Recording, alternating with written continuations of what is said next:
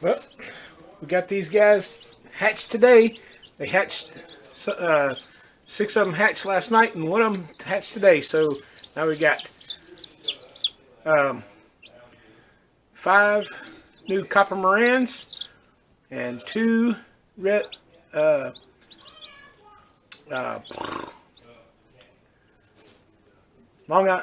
Island Reds, Rhode Island Reds. 2 Rhode Island Reds. So now we got 7 more chicks on the farm, and we're going to do some more pretty soon. Probably not the same kinds, but we'll see what's going on. I just want to show you all that for the garden walk number 6.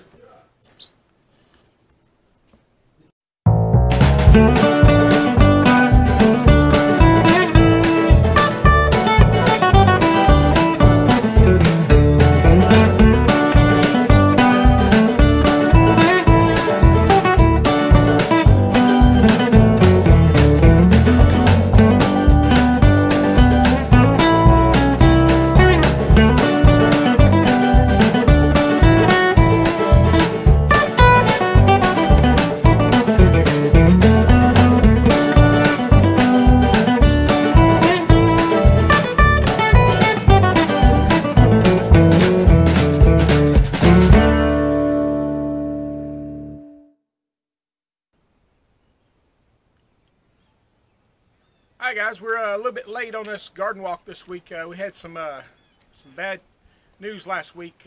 My wife's father was real sick, and we had to go down to Georgia to see him, and just asked for prayers because he passed away on Wednesday, and if you could give us some prayers, I'd appreciate it.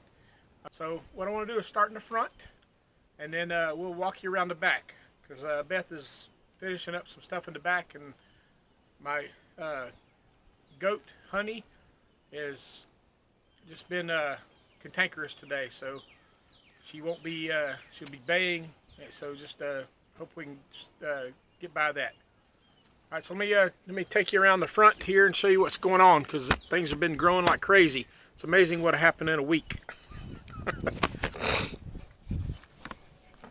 Alright, not much update on here, but I want to show you something. Alright, so right here on the, see this little thing on the crab apple right here? This, you need, if you ever see these on your fruit trees, you need to pluck them off immediately and throw them away. This is the eggs for a worm that will destroy fruit trees.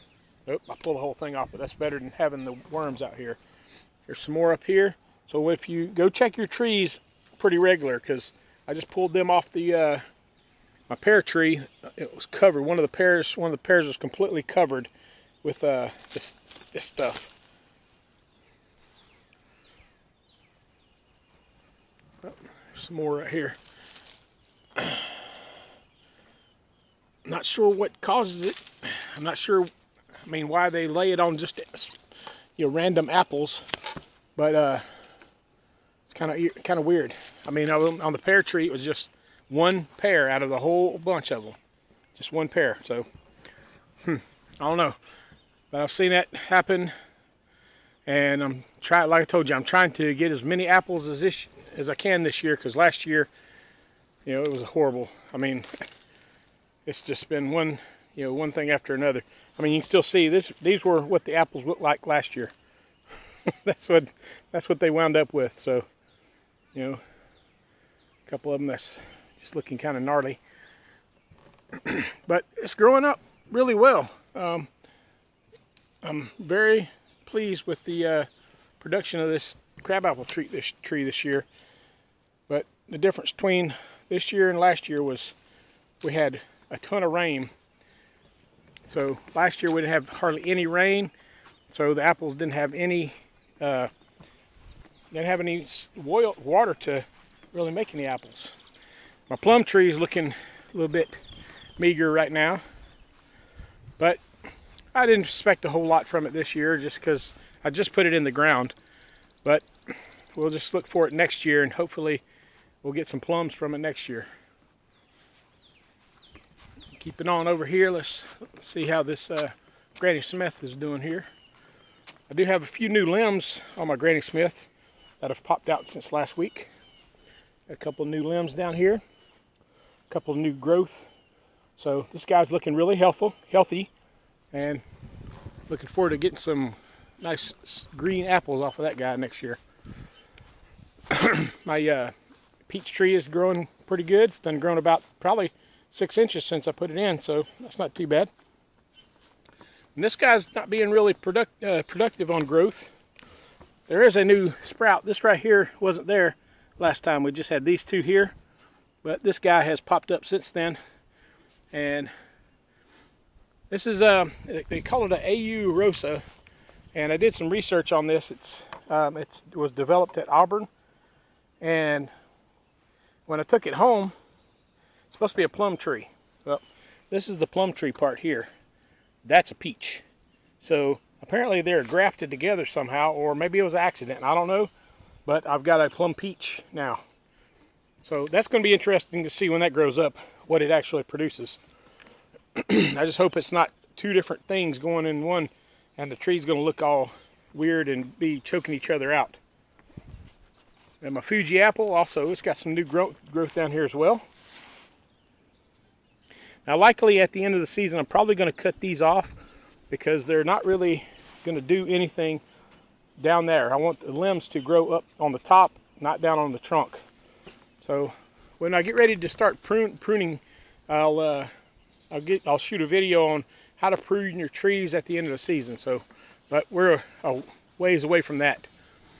Now, let me walk you up here and show these pears because they are just ridiculous. You know, I mean, this is going to be. I'm just, my mouth is watering now, just waiting on these pears to be ready. You know, we still got some time to do it, but man, they look great. A real healthy tree, looking really awesome. And that's weird. I was looking at this one. You know, it's pretty self-sustaining as far as supporting the fruit, versus this one over here.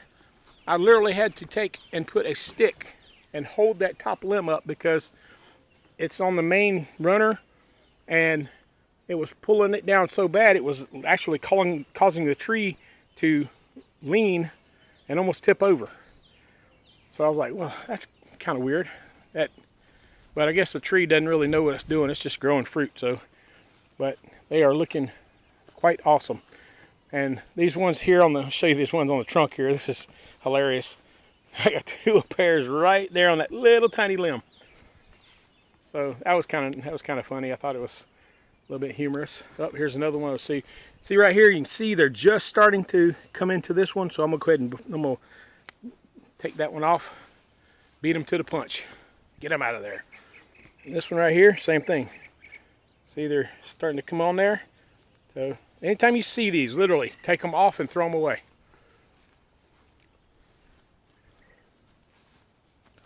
Another one right here, because all they're going to do is they're going to end up destroying that piece of fruit, and they're going to lay these little eggs, and then when they hatch, you know, you're going to have. And I don't know. Somebody told me they were aphids, but I don't think they're aphids because aphids don't really like fruit trees. So some kind of a little worm. I saw it last year on my other apple trees. All right, so I've eradicated all those guys now. And I'm just chucking them into the road. You know, I don't want to put them in the yard because I don't want them to procreate in the grass and then come on back. I have my azaleas, like they've run their course this year. This guy is supposed to be a double bloomer, but it didn't even bloom once. So it's kind of irritating me right now because that was supposed to have been one of those encore azaleas. And it doesn't even look like it's growing as well. And same thing with this one right here. This is also an encore, and it didn't bloom either. So I'm not sure what's going on with these guys. These two are kind of irritating. Now the other ones, they did exactly what they're supposed to. They made these are white. These ones in the front here, they did their beautiful white flowers, and they died. And then, you know, they went into their state of their just growth. A rhododendron.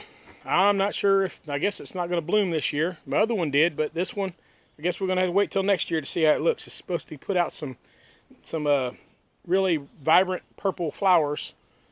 So I guess we'll just have to wait. I'm holding out hope that maybe it'll still put some blooms out. But if not, we'll just have to wait till next year to see how it guys looks. And my phlox is looking awesome. I'm waiting for this. I'm hoping that this year it's gonna cover the majority of this front section here. And look, I've got growth on my hydrangea that I put in. Remember last time I showed you it was just a stick sticking out of the ground. There wasn't anything there. When we came back from Georgia, I looked out. Oh man, there's leaves on it. Holy mackerel! Now the other stick, it's just like a stick. So I'm not sure what's going to happen with that one. And you can see this mint starting to repopulate inside the garden here. Now we pulled every single bit of this mint out earlier, and this is just to show you how quickly and vigorous mint grows. I mean, it's ridiculous. This whole thing was just covered, and Beth pulled it every bit out all the way down to the root, and I guess she didn't get it all because we were trying to get it out of this bed and let it grow in other places, but not right here because it was choking out things. So the hibiscus is looking nice. Looking forward to seeing it bloom. And then I've got some of these lilies. They opened up this yesterday, and man, look how beautiful that is. Those things are gorgeous. I'm not all about the vegetables sometimes. Really, I love flowers too. I love the beauty of seeing what the things that God has made. I mean, it's just amazing to see all the different types of flowers that come out. Even the flowers on the plants. It's just gorgeous seeing all these. When the blueberries start blooming out, when the little bell flowers that are on them, just gorgeous. Love it, love it, love it, love it. Tomatoes are looking real good back here. Still not sure if we're going to leave them in here, but they're doing well where they're at, so we may just leave them here and let them grow out the season. Blueberries are looking pretty awesome. Actually got one off of there the other day. I think it was the day before yesterday. I picked one off that was blue, and it was pretty tasty. It was on this one right here. So, and then now this one, you can see this one's starting to die back. And the only thing bad about flowers is when they start to die, they look kind of ragged. And then these two are also encores. These should be reblooming this one, and these two right here in the front are encores. So they all should be reblooming this fall. We'll see. But look, this hydrangea is starting to bloom now. Look how beautiful that is. Had a lot of bee activity today too. I've been seeing bees everywhere, just going bananas, pollinating everything. It's been awesome. Let's keep on rolling over here. My crepe myrtles, look at these crepe myrtles. They're just gorgeous. And in the fall, this thing is going to explode with color. And I can't wait to show you that, because that's one thing in North Carolina's note about it is the crepe myrtles. In fact, the city we live in is a city of Anger, and it's the tree of Anger. So, and they have a crepe myrtle festival every year.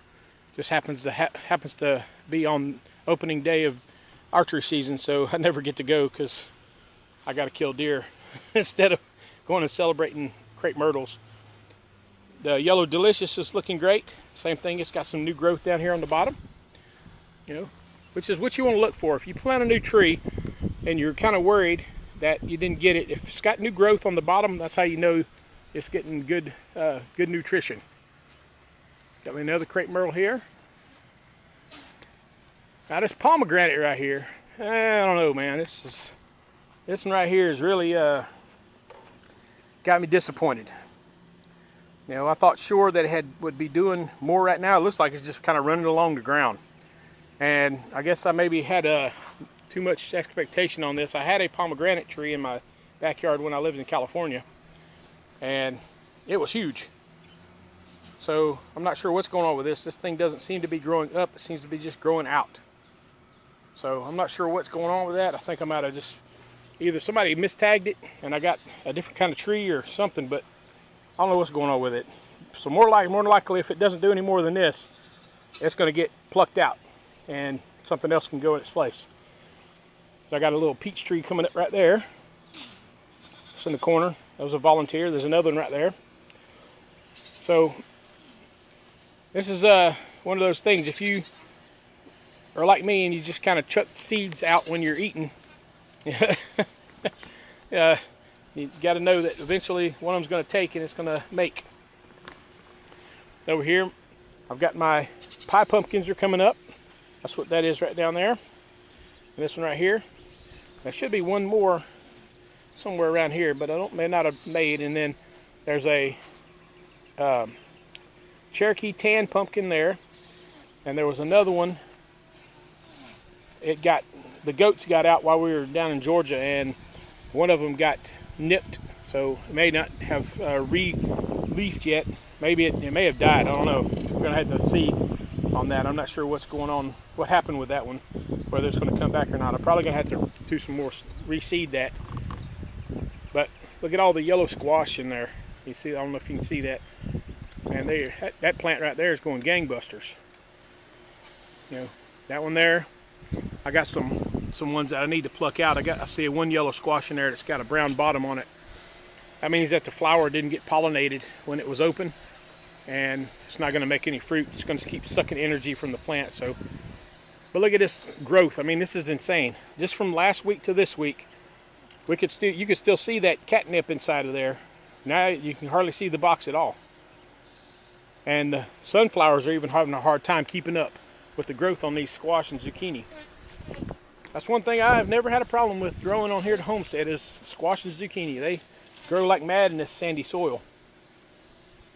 And the ones that I'd moved over from the volunteer box, or my cucumber box over there, they're taking up and starting to do well, and starting to get some growth on them as well. But look here, I got my butternut squashes growing up here, and look, I got a little butternut squash there. Got a little butternut squash there. So we're already getting their butternut squash. I'm looking forward to that. And then doing the vertical planting on this is gonna be awesome. I did a little bit, experimented with it last year just to see if it was gonna work, and it worked really well. And Beth's over here whacking the rest of the weeds out. So let me get out of her way before she whacks me. Here's my beans. The beans are getting up. Starting to get some pods on them. Getting them put out. I did some hoop hoeing in here today and got this cleaned up. I just got to get a rake in here and rake all the green out. And I got peppers that are starting to come on. I mean, these things have grown. I mean, it's weird just when you're away from the homestead for just a little bit of time, and when you come back and see, you know, how much growth it is just in a couple of days, how much is out here. I mean, the basils took off on both sides, and there's little peppers growing. It's just, it's awesome. I can't say enough about it. Now, Caleb, my son-in-law, called us when we were down there and told us that the goats had got out and they'd gotten to our corn. So when we got back, you could see, if you look down the row here, you can see there was some leaves that got a little bit nibbled on. But he got here quick enough to thwart the complete destruction of the corn. So some of them got knocked over, but they're still looking good. I mean, the corn is looking great, starting to get tall. And I was grateful that nothing else happened. When he called and said the goats had been out, I'm like, oh my goodness. I thought sure that I was going to have major destruction on the homestead. My I just drew a blank. Gee whiz. Buckwheat. Buckwheat's growing up really tall. Starting to flower out. So this is the first time we've done buckwheat on the homestead. So, and I've been noticing the honeybees over here doing a number on this stuff. They love buckwheat flowers. I've been reading about it. That's one of the reasons why I planted it, is because of how prolific they are and how much the bees love this flower.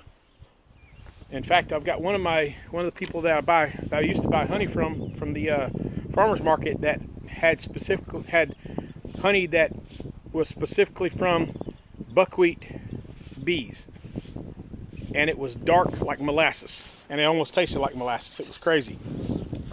You know, strawberries looking really nice.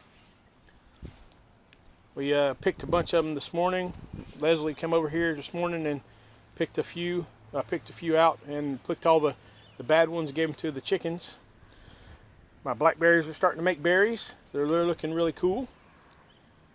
Looking really good. Got some new buds on the rose.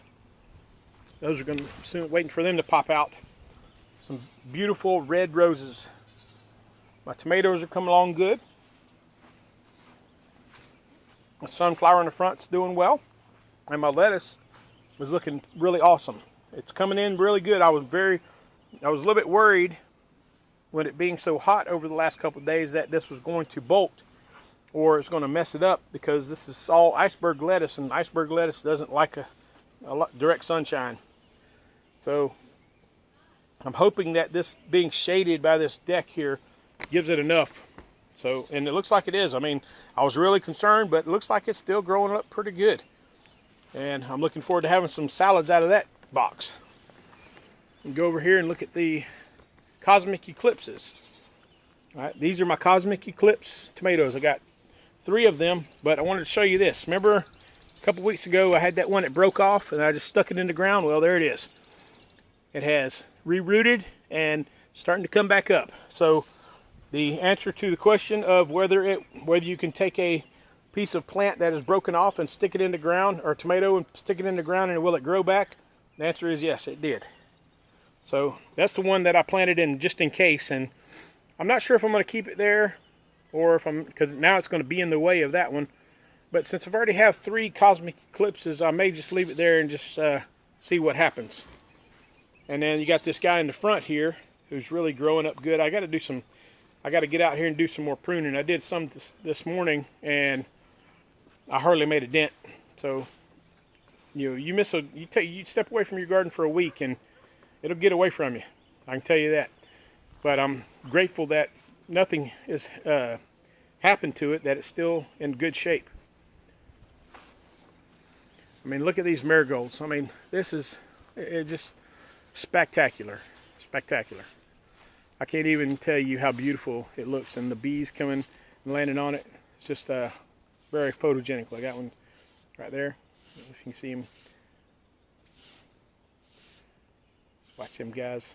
I could just watch bees just do their thing for hours. And I want to show you in here. I got a turning red tomato right there. So could be any time now we'll get our first tomato off of my greenhouse destruction tomato. The rest of the tomatoes are looking good. These guys on the end right here, these are my concern. Because they're so close to this big giant tomato, I'm worried that they aren't getting enough sunshine, and that's why they're stunted growth, because everything else, you notice all the way down, everything else is looking really tall. Except for these 2 right here, and I don't know exactly what's going on with them. The one on the other side doesn't have the problem. So that's what I'm thinking, that this, because it's on the same side, that it's just not getting enough sun and it's not growing as well. But I'm not going to take it out. We're just going to leave it there, and we're going to use this as, kind of a laboratory as well to see what happens when you plant tomatoes in certain locations. So it's not like I'm trying to play games or anything. I'm just trying to see what the best techniques on the homestead are, and then share them with you of what we learned will work the best in particular types of earth. Because we got different dirt than most people do. Oh, here's a sucker. I'm going to go ahead and pluck that guy out while I look at sitting there staring me right in the face. Get out of there. There's another one right there. Like they're sitting there taunting me. Like, you can't see me, ha ha. Yep, I did. But look how healthy these tomatoes look. I mean, they just, they're gorgeous. And they're starting to put on some good buds. Getting some real good flowers on them. And I can almost taste the tomatoes now. looking spectacular. And I'm doing a little bit of experiment with this too. I saw this in a greenhouse one time, and I thought, well, why can't I do this on the trellis? Just kind of help it walk up the thing instead of having to try and bend it way over and tie it to the thing. So I've got some done this way, and I had some that I did lean over and tie to the fence. You know, so we'll see if it has any different effect. All right, here's my my cantaloupe. Look at this. Look at this growth. This is crazy. This is just in 1 week. These things have already grown this much. And I started walking them up the trellis here. I'm hoping that, and you already see I got some fruit down here, some more fruit right there. There's a couple more on the other side. So they're already starting to make, and that bee has been in here all day long pollinating these flowers. So I'm just so grateful. There's one. I knew there was one more right there. I'm so grateful to God that He has blessed this garden so much. And these are malufas, and they have really taken off. They got a hold of that fencing, and I mean, look, I got that one all the way up there. So I'm just helping them, kind of guiding them over, and I'm going to trellis them all the way over the top of here and let them hang down. I don't have anything that climbs on the other side, so there are some cantaloupes over there, but I'm going to let those just run along the ground. You know, I did that. I'd only planted 2 over there. I want to see running them on the ground on black cloth versus trellising them and see what works the best. You know, because I tried them on bare dirt before. We have had, like I told you, we have had no luck at all. None. 0 of growing cantaloupes on the homestead. You know, they get about this big, and they look, you think, okay, great, I'm going to get some, and then the next day you come out and they're rotted. You know, so, I don't know. I got to do something right here. This is looking like a hot mess right here. This is my my peas. You know, they're all kind of just tangled up with each other. So I'm going to I got some old chicken wire in the garage that is absolutely useless for anything other than doing this, because it's got some ginormous holes in it, and the baby chicks can walk right through it. So I think I'm going to put some posts up here and run this through here. But I want to show you this cute little, look how beautiful the pea flowers are. You know, I don't know what's gotten into me. I'm just all about all of the flowers today. Just amazing. Look at my sunflowers, just off the chain. I mean, going gangbusters.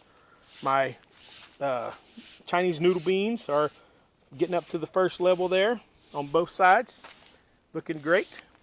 And all these tomatoes are stuck in the boxes. They're doing really well. Now eventually I'm gonna have to come out and put some kind of a support system on them, and we'll see. I'm not sure which way I'm gonna go, whether I'm gonna stake them up or I'm gonna put put up another fence to put them up. I don't know. I really don't know yet. I'm just kind of seeing what's going to work the best. See what kind of materials I have here on the homestead, because I'm not going to go buy anything new. I'm just going to use what we got. And I have a whole ton of these tomato baskets, so likely I'm going to put those out. And then do like I've done in the past, tomato basket till it gets to the top, and then stake it out after that.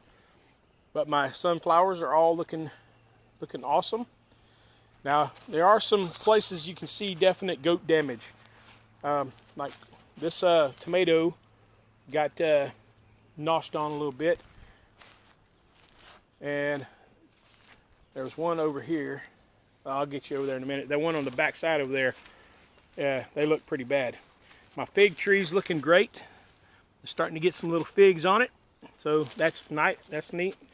I was getting worried. I mean, this thing was looking like the stalk was really stiff and great, but I was like, man, this thing is not making any fruit or any leaves for that matter. And then all of a sudden it just, you know, so we got some good fruit coming in on the fig trees. And this is the new addition I got yesterday. I want to show you guys that. We got, there are 4 golden Cotrix quail in here and 4 silver Cotrix quails in here. So I got these from the auction yesterday, and I just think they look gorgeous. Good looking bird. And we going to be growing these quail up on the homestead and trying to raise them up and get some more kinds of meat to eat. And because of these, being kind of unique, I may actually sell some too, just because they're unique. They're neat looking birds.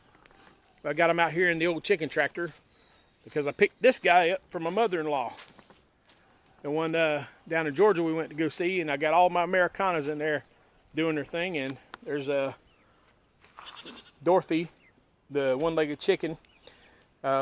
We got to examine her leg today and saw that it had been broken and has now re-healed itself, but it's re-healed itself crooked, so that's why she's still holding it up in the air. But it's all healed up now. She doesn't have any more pain. It's just awkward for her to use. But they're all hanging out back there in the back. I don't know what they're doing. They should be out here in the yard, but we just put them in here today, so they're getting used to their new digs. Let me give you a little tour of this guy right quick. All right, so inside of here, ouch, we've got a roosting bar, got a hanger for the water, hanger for the food, and we got nesting boxes right there, all built in. And on the bottom there is a piece of wire. There's just got wire all the way on the bottom, so when you try to move them, they don't get their feet caught up inside of the underneath the tractor, like I've seen happen on a couple of occasions with mine. Especially with that guy right there, they tend to get their foot caught up underneath the PVC when you try to move it. All right, my potatoes are looking great. In fact, this one is almost to the height where I can finish it up and put some hay in it, and this one's now finally got some growth in it where I can put some more dirt in it. It's almost to the point where I can fill it all the way up and put some hay in with it as well. So likely those two in the next couple of days are going to get finished up and be set for the rest of the year. We got our Paris lettuce back there seeding out. Best just letting them go out and go to seed, and then she's going to harvest the seed so we can have seed for next year. My pole beans back there in the back are getting some stretch. Oh, she corrected me there. Romaine lettuce. Romaine lettuce. So anyway, she's gonna collect those seeds so we can have seed for next year. So if you would like to have some of these seeds, let us know. We'll be more than happy to get you some. But my pole beans, you can see they're just now starting to tendril out and getting ready to climb up. So looking forward to seeing those guys do their thing. Got my sunflowers really looking great over here, and all those squash, those white squash, are looking great. They're starting to get some good size on them. And even the table squash are starting to get some size on them too. And then we got the ridiculous mint plant here that is growing out of its shell. We put it in one of these blocks hoping that we could keep it contained, and yeah, that ain't gonna happen. The tomato box over here with the squash inside of it still looking well. Like I said, this was a complete volunteer box. There was nothing in here that was intended except for the potatoes that were put in here. So we're just letting this go. I've got a little tiny tomato right here that has come up on the tiny plant. So, I don't know what's going on with this. I don't normally I would not let the tomatoes start putting fruit on when they're that small. But because this is kind of a science experiment on this one, I figured, what the hey, let it go. And we got some more potatoes here. These guys have not grown hardly an inch. So I don't know what's going on under the dirt there. But my sweet potatoes, however, are growing, looking great. Those two buckets here are sweet potatoes. This tomato right here, looking good. This is one that we repotted from the quad tomatoes we had. Here's a look at the other potatoes. Looking awesome. Let's take you over here to the beans. We got the black beans over there.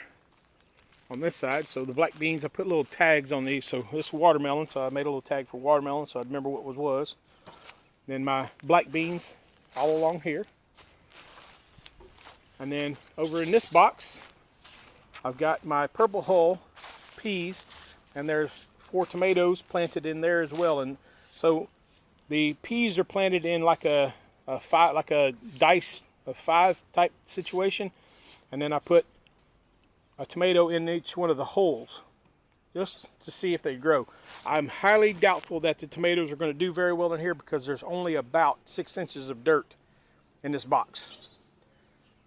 So tomatoes need a lot more root space than that, and unless they can grow through the black cloth, which I highly doubt, I don't think these tomatoes are going to do very well. They, another one of those just to experiment to see. We had an abundance of extra tomatoes, so I said, what the heck, I'll just go ahead and throw them in there and see what happens. All right, now this is the one of the tomatoes that got hacked on. So you can see the limbs are all eat off on this guy. So the goats got out from my chicken yard over there, and they made their way, and you can see the trail they made because they left a trail of destruction. And then they went up that way and they ate one tomato over there, and then it's like they saw the garden and made a beeline to the corn. But Caleb got here before they got into it too bad and was able to rescue it. So I was thankful for that, because I tell you, that ain't a worse feeling in the world than not be in town and hear that your goats have gotten out into your garden. Or any animal. Or any garden, right, like Beth said. All right, here's my other tomatoes. So these are my tomatoes that we planted with the eggs. They are growing really good. I got to get this guy. All right, so let me show you what can happen. All right, so this one, I went through these tomatoes before we left last Sunday. All right, look how big this sucker is right here. Look at this guy. And it's so big, I don't want to break it off. But this one I'm going to go ahead and take off. I could probably take that one off, but I don't want to hurt the plant.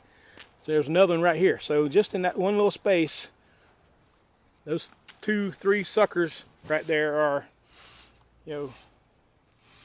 just have jumped out of nowhere. It don't take long. Once they get going, it don't take long for them to get themselves up and growing.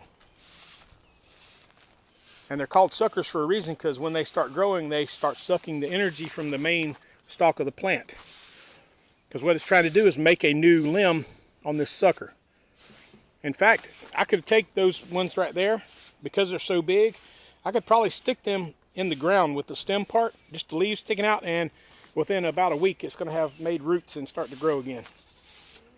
So Jess from Roots and Refuge was talking about this the other day, about taking one and putting it in water.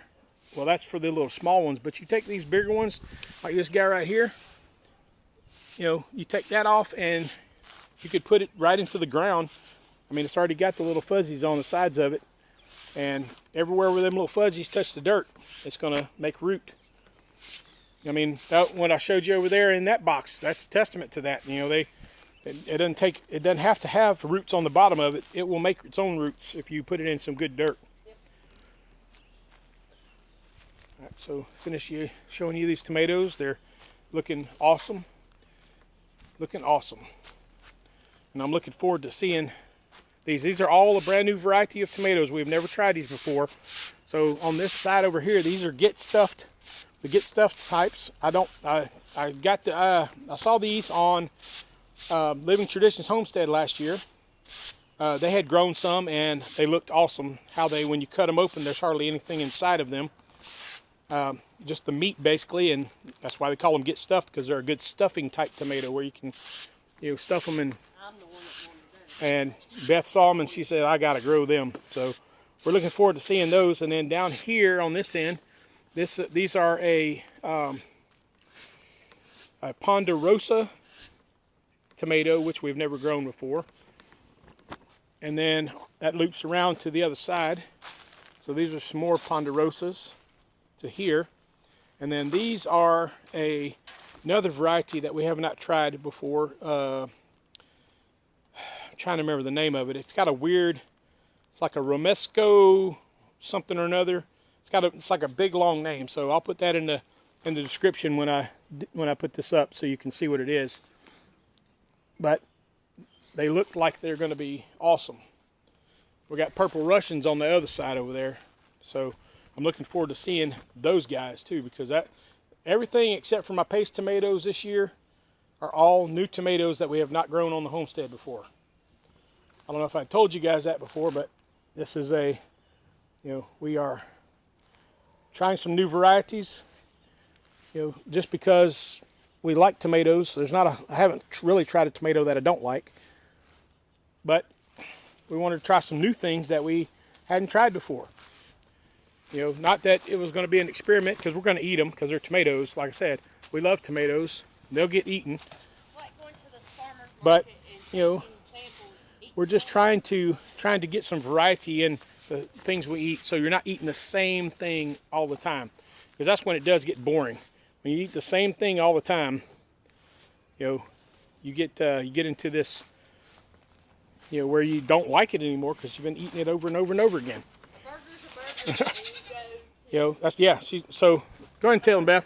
So A burger's a burger, but when somebody else fixes it, it tastes a different way. Like when you go to the farmer's market and they have all those different varieties of tomatoes, and you taste one right after the other. They may look the same, but they're not going to taste the same. And then you find out which one you like the best, and that's what we've done, is the ones that we've heard about, some that we've eaten, sampled at the farmer's market, and just something we thought, that would probably taste good. Let's try that, because like we said, if we don't like it raw, eat it with a little bit of salt and pepper and mayonnaise on a piece of bread. We just throw it in sauce. Yep. And we do it with some Italian seasoning and make spaghetti sauce out of it or something. Well, see, that's the key to the whole thing. I mean, I make my own spaghetti sauce. I make my own salsa. I make my own hot sauce, and all of those things. And this year I'm going to actually make my own ketchup. So the first things, the salsa and the spaghetti sauce and the ketchup need tomatoes. And I don't think that they really care what tomatoes are in there, because a tomato is a tomato when it starts getting into that. Now, I prefer paste tomatoes when making those things, but, All right, here's my peppers. All right, so these two guys on the backside here, these are my peach habaneros. These two are jalapenos, and they're doing awesome. They've got some little peppers already growing on them. And my jalapeno, or my jalapeno, my non-hot jalapeno, and somebody told me when I showed them this they said, well, you might have a problem here because you put your not hot pepper right beside your hot pepper, and likely your non-hot pepper is going to become a hot pepper. I said, no, we'll see, but I'm hoping that they won't cross-pollinate, but we'll see. If it does, it does. The jalapeno was another one of those experiments. We've never had a the non-hot variety, so we thought we'll give it a go. They had one at the one of the main reasons why I got it is because them two right there were the last two jalapenos they had, and this guy was sitting right beside it, and I said, well, we'll just go ahead and give it a try. All right, now these are my anchos on the back side here, or poblanos, however you want to call them. I call them ancho chilies. So those are anchos. All right, I do on this side also have anchos. These two right here are ancho chilies. And then these two, if you recall, when we put them in the ground, they said they were hot peppers. So I started doing some research on the peppers we grew and the peppers we saved seeds on last year. And I'm almost positive that these are going to be serranos, because that was the only other hot pepper I grew last year other than jalapenos. And that could be mistaken for just a hot pepper, because these guys are what I'm really looking forward to this year. These are my Tabasco plants. So I got 4 Tabasco plants. Last year I had 1. So I am looking forward to making some Tabasco sauce and some hot sauce this year, and being able to give it out to my friends, and maybe even try to sell some, because people loved it last year when I made it. So I've had a lot of compliments on my Tabasco sauce. So I may try to market it some. So as soon as I get my Etsy page set up, you might want to look for that. All right, had technical difficulties. The battery died on my other camera. So pick this up where we left off. So I was saying is I'm going to be putting together an Etsy page because I'm going to be trying to sell some of my products this year. And you guys know have heard. Well, I guess I've told you. Let me probably just turn. So I've told you before that I build a lot of things out of pallet wood, and this year I'm looking at, for the first time, to actually sell some of my products. I do some rustic lighting fixtures. I do some wall sconces, things like that. I've even built a couple of tables, but I'm also going to be building some cutting boards this year. I was very fortunate to get some very good hardwoods from pallets this year, and procure some other hardwoods from some people. So I've got some good supplies this year, and I'm looking to put some cutting boards together to put on Etsy, trying to help support the homestead here. All right, so let me flip you back around and show you the rest of what's going on here. All right, so you look here. I've had to put some stakes on these tomatoes. They were falling over, which is what I was figuring was going to end up happening. I wasn't surprised. These ones that are sitting out by themselves, I doubted very seriously that I was going to be able to get them on a trellis. This one's actually starting to go that way, so I may actually tie it up, but it's going to get covered up by the cucumbers by the end of the season. My cucumbers are starting to come on really good. In fact, I got some little cucumbers right down here, right down there. In fact, they're all over the place. I could spend probably another hour showing you all the different things that are growing, but they are growing awesome. I am having to still kind of guide them up the trellis because they still haven't figured out that they need to grow up this thing instead of growing out in the middle of nowhere. But that's what plants do. Now, one thing I want your advice on, or somebody tell me, what in the world is this thing? All right, this is that plant that I told you I was just going to leave and let grow. Well, it's grown, and it's got these little white flowers on them that are pretty, but I don't know what it is. I don't know if it's a weed. It looks too nice to be a weed. It looks like some kind of a vegetable type substance, so I don't know. So if you know, please put it in the comments. Let me know what it is, because I have no idea. I really don't. So I don't know if I need to take it out or if it's okay to leave it in here or what. But let me know, please. Over here, I've got my head of iceberg lettuce growing up here. It's going to be ready to harvest pretty soon. My spinach is looking awesome, and going to be harvesting it in the next day or so. My onions are doing very well, looking awesome. So these two boxes here are doing spectacular.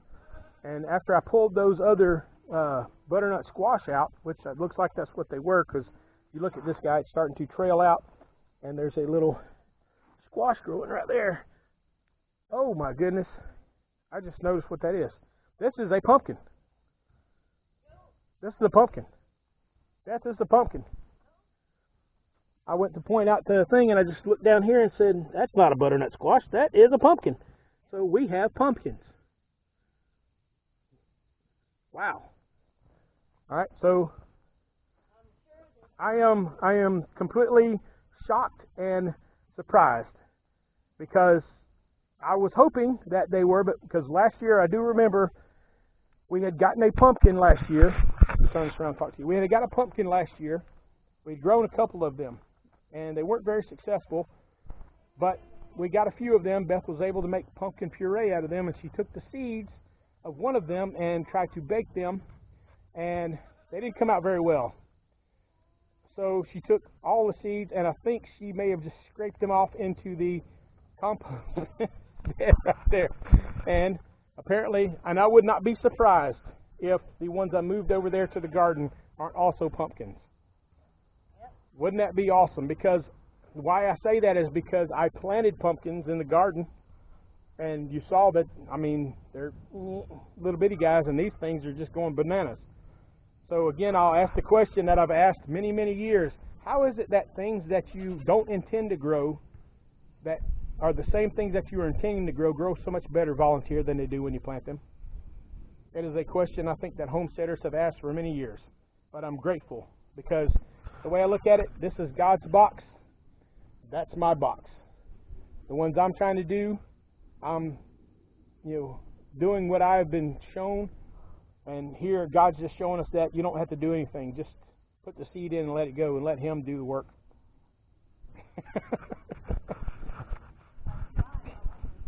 Here's my my little growing box here, my little tower. The parsley's starting to come back. Beth cut this all down. If you recall last time, I cut this all down.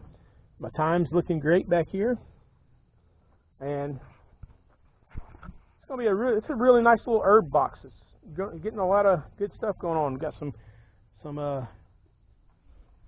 marigolds growing right there. Had to smell it, see what it was. And Beth put some zinnias in right here. So those are going to be beautiful. Should be flowering out real soon. And my gardenia, it's limping along. It just I think it needs some fertilizer. I got to get some fertilizer on some of these shrubs. I think they need a kickstart. All right, Beth hadn't got any more painting done on her greenhouse, so we're still in the same spot we were last time. But that's because we had to leave. I mean, it was like a boom, calling in the family, packed the car, and we were gone type thing. All right, stevia's looking good still. We pulled it around the corner here where it could be in the sun, and it started blooming back up again. Marigolds are looking good here. And our box.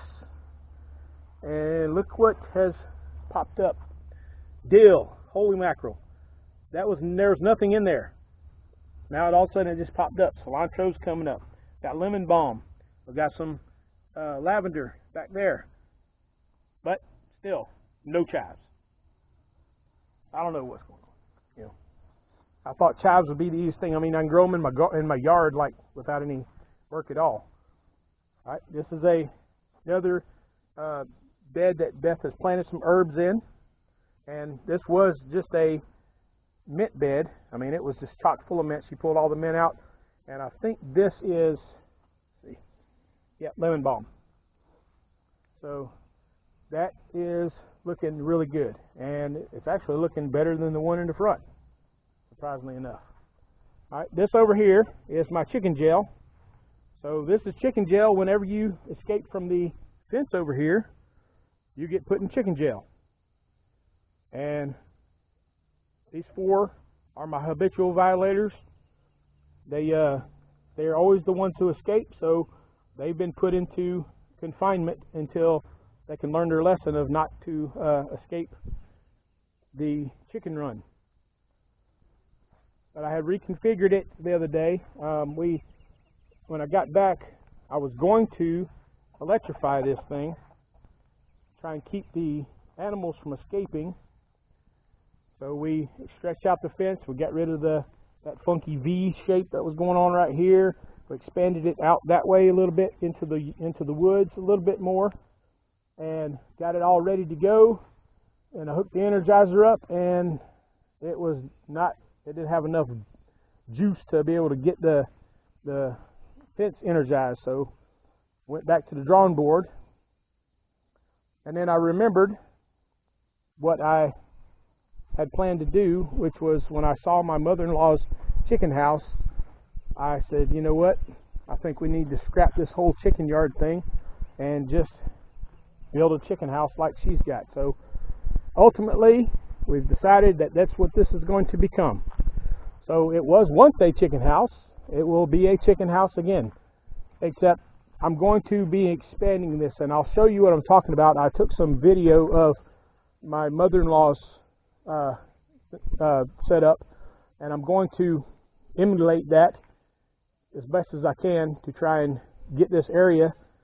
So basically it's going to, what this eventually is going to become, this little spot right here is going to be a brooding area, and then we'll have the actual run area is going to come out to about right here. So just to give you some perspective of where we're talking about 5-6 feet into here. It's going to go all the way down to where just to the other side of where this fence is. Right about here.